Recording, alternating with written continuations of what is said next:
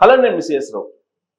ప్రధానమంత్రి నరేంద్ర మోడీ గారు ఒక 2 years బ్యాక్ చార్టెడ్ అకౌంటెంట్స్కి సంబంధించినటువంటి మీటింగ్లో పార్టిసిపేట్ చేసి భారత ఆర్థిక వ్యవస్థకు వైద్యులు చార్టెడ్ అకౌంటెంట్స్ అన్నారు. అంటే సిఏ చదివినటువంటి వాళ్ళు భారతదేశం యొక్క ఆర్థిక వ్యవస్థకు వైద్యులు లాంటి వాళ్ళు అని చెప్పారు. వాళ్ళు సక్రమంగా కనుక రిటర్న్స్ వేస్తే, లేదా వాళ్ళు సక్రమంగా కనుక లెక్క చూస్తే భారత ఆర్థిక వ్యవస్థ ఆరోగ్యకరంగా ఉంటుంది అని చెప్పి ఆయన చెప్పారు. మరి భారత ఆర్థిక వ్యవస్థని దెబ్బతీసేలాగా చార్టెడ్ అకౌంటెంట్స్లో సాయిరెడ్డి గారు లాంటి వాళ్ళు, బాలాజీ గోవిందప్ప లాంటి వాళ్ళు ఉంటే భారత ఆర్థిక వ్యవస్థ ఏమవుతుంది అని అంటే, అనారోగ్యంతో ఉన్నటువంటి పేషెంట్కి సరైనటువంటి వైద్యం ఇవ్వకపోతే ఏమవుతుంది? పరలోకానికి వెళ్ళిపోతాడు. అలాగే భారత ఆర్థిక వ్యవస్థ కూడా దెబ్బతింటుంది. అందుకే బహుశా నరేంద్ర మోడీ గారు భారత ఆర్థిక వ్యవస్థకు చార్టెడ్ అకౌంటెంట్స్ ఆర్థిక వైద్యులు అన్నారు. మరి ఆర్థిక వైద్యులు వాళ్ళ బాధ్యతలు నిర్వహించారా సాయిరెడ్డి గారు? అలాగే ఈయన బాలాజీ గోవిందప్ప, ఈయన భారతీయ సిమెంట్స్లో శాశ్వత డైరెక్టరు. విజయసాయిరెడ్డి గారు నెంబర్ 2 A2 అని ఉంటుంటారు. అంటే కిట్పోకో కేసులో అన్నిటిలో A2గా ఉన్నారు విజయసాయిరెడ్డి గారు. ఈ విజయసాయిరెడ్డి గారు పరిచయం చేసినటువంటి చార్టెడ్ అకౌంటెంట్ బాలాజీ గోవిందప్ప వైఎస్ఆర్ ఫ్యామిలీకి అత్యంత సన్నిహితుడు. అందుకే చిత్తూరు జిల్లా ఆయన్ని పరిచయం చేశారు విజయసాయిరెడ్డి గారు. విజయసాయిరెడ్డి గారి దగ్గర చార్టెడ్ అకౌంటెంట్గా కొన్ని రోజులు చేసి ఆ తర్వాత వైఎస్ఆర్ ఫ్యామిలీకి దగ్గరైతే ఆయన్ని శాశ్వత డైరెక్టర్గా భారతీయ సిమెంట్స్కి చేసేసారు. అప్పటి నుంచి ఆయన ఆ ఫ్యామిలీకి విధేయుడిగా ఉంటున్నారు. బహుశా భారతదేశంలో ఏ ఫ్యామిలీకి కూడా ఇంత విధేయులు ఉండకపోవచ్చు. నాకు తెలిసినంత వరకు ఇంత విధేయంగా పనిచేసినటువంటి వాళ్ళు ఉండరు. ఐపీఎస్లు కానీ, కొంతమంది చార్టెడ్ అకౌంటెంట్స్ కానీ, ఐఏఎస్లు కానీ, కొంతమంది ఉన్నతాధికారులు కానీ వైఎస్ఆర్ ఫ్యామిలీకి మాత్రమే అత్యంత విధేయులుగా కొంతమంది పనిచేశారు. అనేక మంది రాజకీయ నాయకులు మనం చూస్తుంటాం. పివి నరసింహరావు గారిని, వాజ్పేయి గారిని, అనేక మందిని, లాల్ బహదూర్ శాస్త్రి గారి దగ్గర నుంచి తీసుకుంటే వాళ్ళ ఫ్యామిలీలకి అత్యంత విధేయంగా రూల్స్ను కూడా బ్రేక్ చేసి పనిచేసినటువంటి వాళ్ళు బహుశా వైఎస్ఆర్ ఫ్యామిలీకి మాత్రమే చేసినటువంటి వాళ్ళు ఉన్నారు. భారతదేశంలో ఏ ఫ్యామిలీకి ఇంత లాయల్టీగా పనిచేసినటువంటి సివిల్ సర్వెంట్స్ కొంతమంది కానీ, లేదా ఈ చార్టెడ్ అకౌంటెంట్స్ కానీ ఉండరేమో. ఇప్పుడు చార్టెడ్ అకౌంటెంట్స్ సాయిరెడ్డి గారు, అలాగే బాలాజీ గోవిందప్ప గారు, వాళ్ళకి వచ్చినటువంటి సర్టిఫికేట్, చార్టెడ్ అకౌంటెంట్ అనేటువంటి సర్టిఫికేట్ని వైఎస్ఆర్ ఫ్యామిలీకి దారపోశారు. దేనికోసం దారపోశారు? సంపదని ఏ విధంగా దోచుకోవాలి, దాన్ని సూట్ కేస్ కంపెనీల ద్వారా విదేశాలకు ఎలా పంపించాలి, ఇది కేవలం చార్టెడ్ అకౌంటెంట్స్కి మాత్రమే తెలుస్తుంది. ఇంకా మిగతా వాళ్ళకి పెద్దగా తెలియదు. అది విజయవంతంగా చేయగలిగారు విజయసాయిరెడ్డి గారును, బాలాజీ గోవిందప్ప గారు అనేది వాళ్ళ మీద ఇప్పుడు ఉన్నటువంటి స్ట్రాంగ్ ఒపీనియన్ సిట్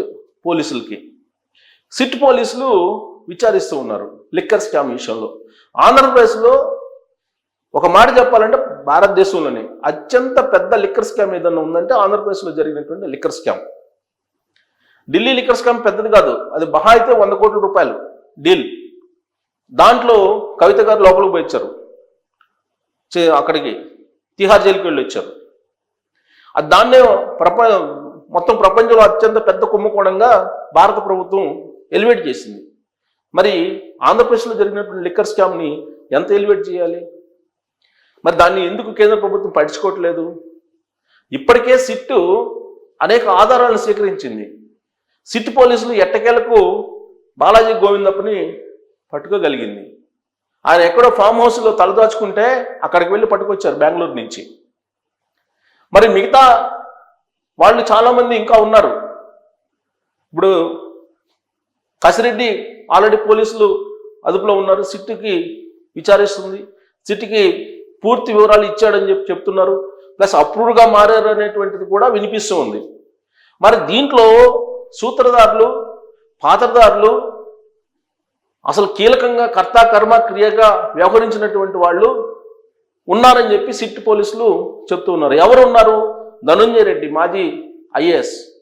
ఆయన మూల విరాట్, ఆ రోజు ఉన్నటువంటి ముఖ్యమంత్రి జగన్మోహన్ రెడ్డి గారికి మూల విరాట్ దర్శనం కోసం ముందు ధనుంజయ రెడ్డి గారిని దర్శనం చేసుకోవాలనేది వైఎస్ఆర్ కాంగ్రెస్ పార్టీ వాళ్ళు అప్పట్లో చెప్పేవాళ్ళు. మరి అలాంటి ధనుంజయ రెడ్డి ఇప్పుడు విచారణకి హాజరు కావట్లేదు. ఆయన హైకోర్టు, సుప్రీంకోర్టు చుట్టూ తిరుగుతున్నాడు విచారణకు హాజరు కాకుండా ముందస్తు బెయిల్ కోసం. ఆయన ఎక్కడున్నారో సిట్ పోలీసులకు తెలియదు. ఇక కృష్ణమోహన్ రెడ్డి, ఈయన ఓఎస్డి జగన్మోహన్ రెడ్డి గారికి ముఖ్యమంత్రిగా ఉన్నప్పుడు. మరి ఈ కృష్ణమోహన్ రెడ్డి గారు ఎవరు అని అంటే, వివేకానంద రెడ్డి గారి మర్డర్ జరిగినప్పుడు తొలి కాల్ని రిసీవ్ చేసుకున్నటువంటి ఓఎస్డి ఆయన. సో ఆ కృష్ణమోహన్ రెడ్డి గారు ఇప్పుడు లిక్కర్ స్కామ్లో కీలకంగా ఉన్నారు అనేది వినిపిస్తుంది.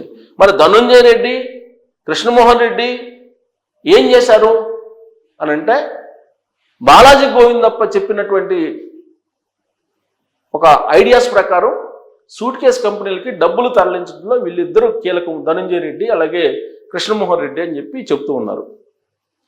తాడేపల్లిలో ఉండేటువంటి 4వ గది, ఆ 4వ గదిలోనే మొత్తం రహస్యాలు ఉన్నాయని చెప్పి ఇప్పుడు సిట్ పోలీసుల విచారణకు హాజరైనటువంటి వాళ్ళల్లో కొంతమంది ఇచ్చినటువంటి ఇన్ఫర్మేషన్గా చెప్తూ ఉన్నారు.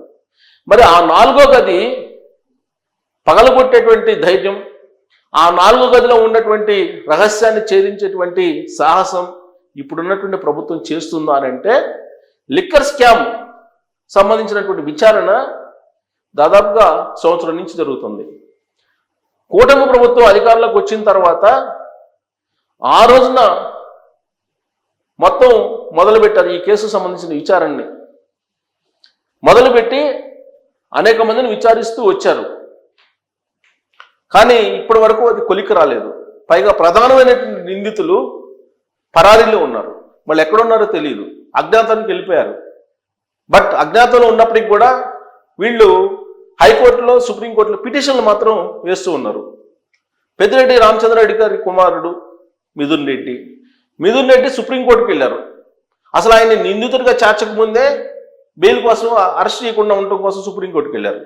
సుప్రీంకోర్టు ఏం చెప్తుంది? ఇప్పుడు ఆల్రెడీ ఇప్పుడు నిందితుడిగా చేర్చారు కాబట్టి పోయే మళ్ళీ హైకోర్టులో తెలుసుకొని పోండి అని చెప్పి సుప్రీంకోర్టు తాజాగా చెప్పింది. మళ్ళీ ఇప్పుడు హైకోర్టులో పిటిషన్ వేశారు. పిటిషన్ వేస్తే 2 వారాల పాటు ఆయన అరెస్ట్ చేయకుండా ఉండండి అని చెప్పి హైకోర్టు ఏదో చెప్పింది అని చెప్పి, సుప్రీంకోర్టే చెప్పింది, హైకోర్టుకి డైరెక్షన్ ఇచ్చిందని చెప్పి తెలుస్తూ ఉంది. అంటే లిక్కర్ స్కామ్ విచారణని మరింత ఆలస్యం అయ్యేలాగా నిందితులు కోఆపరేట్ చేయట్లేదనేది పోలీసులు వర్షన్. సో లిక్కర్ స్కామ్కి సంబంధించినటువంటి మూల విరాట్లు ఎవరైతే ఉన్నారో, లేదా కీలకమైనటువంటి వాళ్ళు ఎవరైతే ఉన్నారో, వాళ్ళందరూ ఒక్కొక్కరుగా తప్పించుకుని వెళ్తున్నటువంటి పరిస్థితి కనిపిస్తుంది. సిట్ పోలీసులు మాత్రం దాన్ని సీరియస్గా తీసుకున్నారు.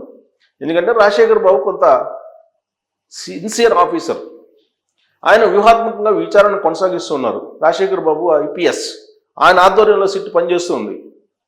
విజయసాయి రెడ్డి గారు ఆల్రెడీ లీక్ ఇచ్చారు.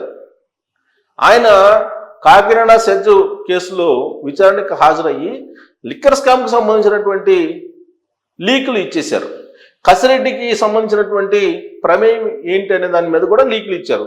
కసిరెడ్డిని అదుపులోకి తీసుకుని విచారిస్తే మొత్తం వ్యవహారం బయటకు వస్తుంది. ఇప్పుడు ధనుంజయ రెడ్డి, కృష్ణమోహన్ రెడ్డి అక్కడ వరకు వచ్చింది కేసు. గోవిందప్పని పట్టుకున్నారు. మరి ఇప్పుడు గోవిందప్ప కనుక రహస్యాలను కనుక బయట పెడితే మొత్తం వ్యవహారం తాడేపల్లి గది 4వ నెంబర్లో ఏముంది, గది నెంబర్ 4, రూమ్ నెంబర్ 4లో ఏముంది అనేది మొత్తం గుట్టు బయటకు వచ్చేటువంటి అవకాశం ఉంది. మరి గోవిందప్ప బాలాజీ లేదా బాలాజీ గోవిందప్ప ఈయన పోలీసులు సహకరిస్తారని అంటే అనేకమైన కేసులు, లిక్కర్ కేసులు కానీ, శాండ్ కేసు కానీ, ల్యాండ్ కేసులు కానీ, వీటన్నిటి మీద విచారిస్తూ వస్తున్నటువంటి ఆంధ్రప్రదేశ్ పోలీసులకి ఒకటే చెప్తున్నారు, తెలియదు, గుర్తులేదు, మర్చిపోయాం, ఇవే చెప్తున్నారు, ఇవే రాసుకుంటున్నారు విచారణ అధికారులు కూడా. మరి బాలాజీ గోవిందప్ప ఇంతకు మించి చెప్తారని చెప్పేసి మనం ఎక్స్పెక్ట్ చేయొచ్చా? లేదంటే కీలకమైన ఆధారాలు ఆయన బయట పెట్టే అవకాశం ఉందా? ఒకవేళ ఆయన బయట పెడితే జగన్మోహన్ రెడ్డి గారిని అరెస్ట్ చేయడానికి ఈ ప్రభుత్వం సాహసం చేసే అవకాశం ఉందా? కేంద్ర ప్రభుత్వం దీంట్లో ఇన్వాల్వ్ అయ్యి విచారణని ఈడీకో లేదా సిబిఐకో అప్పచెప్పేటువంటి ఛాన్సెస్ ఉన్నాయా అనే దాని మీద మీరు కామెంట్ చేయొచ్చు. Thank you.